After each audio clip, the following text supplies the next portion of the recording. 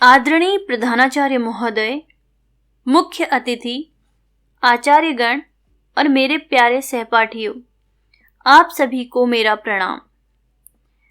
मैं पूजा आप सभी के सामने शिक्षक दिवस के इस पावन अवसर पर अपने विचार रखना चाहती हूँ।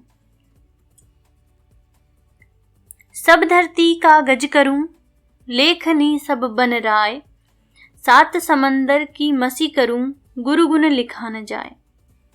इस दोहे में कबीरदास जी गुरु की महिमा का वर्णन करते हुए कहते हैं कि यदि सारी धरती को मैं कागज बना लूं और फिर संपूर्ण वनों की लेखनी यानी कलम बना लूं, फिर सातों समुद्र के जल की शाही बना लूं, तो भी मैं गुरु का गुणगान लिखने में असमर्थ हूं।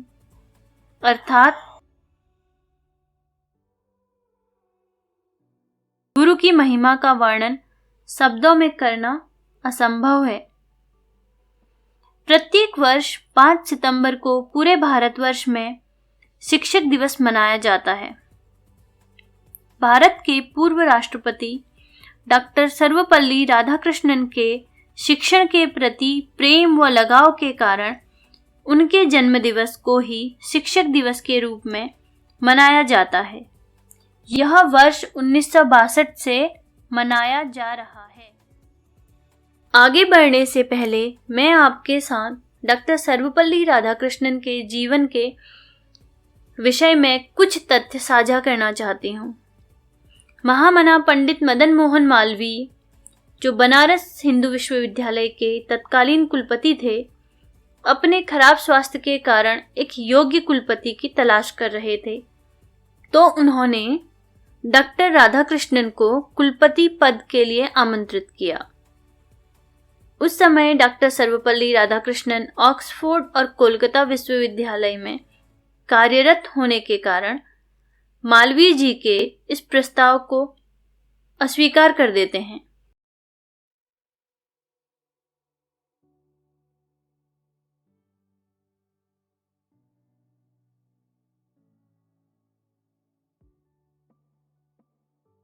जी ने उनसे हर महीने के अंतिम सप्ताह में बीएचयू को अपनी सेवा देने का आग्रह किया।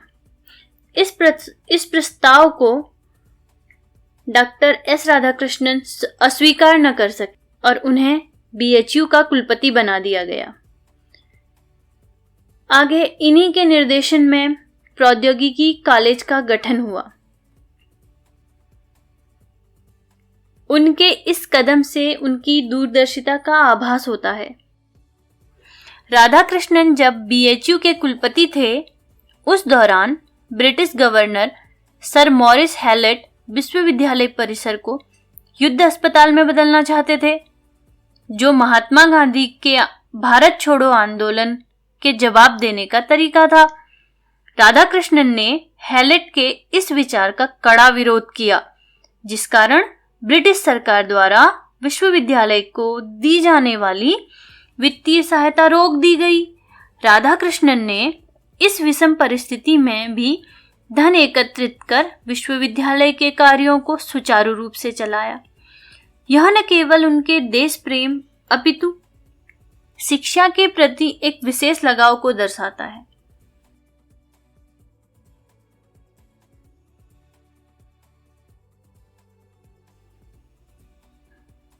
उनका यह विचार, कोई भी आजादी तब तक सच्ची नहीं होती जब तक उसे विचारों की आजादी प्राप्त न हो, इस संदर्भ में सटीक बैठता है। उनके जीवन का एक छोटा सा किस्सा और सुनाना चाहूंगी। जब वे राष्ट्रपति थे, तब हफ्ते में 2 दिन उनसे कोई भी बिना अपॉइंटमेंट के मिल सकता था। ये उनकी सादगी को दर्शाता है।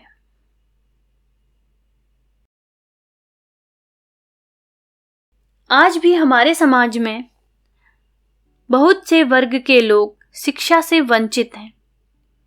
इसका अनुमान भारत की 74% साक्षरता दर से लगाया जा सकता है। और शिक्षा के क्षेत्र में प्रौद्योगिकी को बढ़ावा देना, शिक्षकों के प्रशिक्षण की व्यवस्था करना इस दिशा में वरदान साबित हो सकता है तथा भारत सरकार को भी नई शिक्षा नीति और सरकारी खर्च की बढ़ोतरी कर इस दिशा में सहयोग करना चाहिए। इस समारोह में अपने भाषण के माध्यम से मैंने अपने विचारों को आप सभी के सम्मुख रखा है। ये समारोह हमारी बौद्धिक और तार्किक शक्ति को बढ़ावा देते हैं, जो हमारे सर्वांगीण विकास में सहायक होते हैं। इस संदर्भ में महात्मा गांधी का कथन उचित लगता है। शिक्षा से मेरा अभिप्राय है बालक के शरीर, मन व आत्मा के पूर्ण विकास से। मुझे इतने प्रेम व धैर्य से सुनने के लिए आपका आभार। त्रुटियों के लिए क्षमा प्रार्थी हूँ।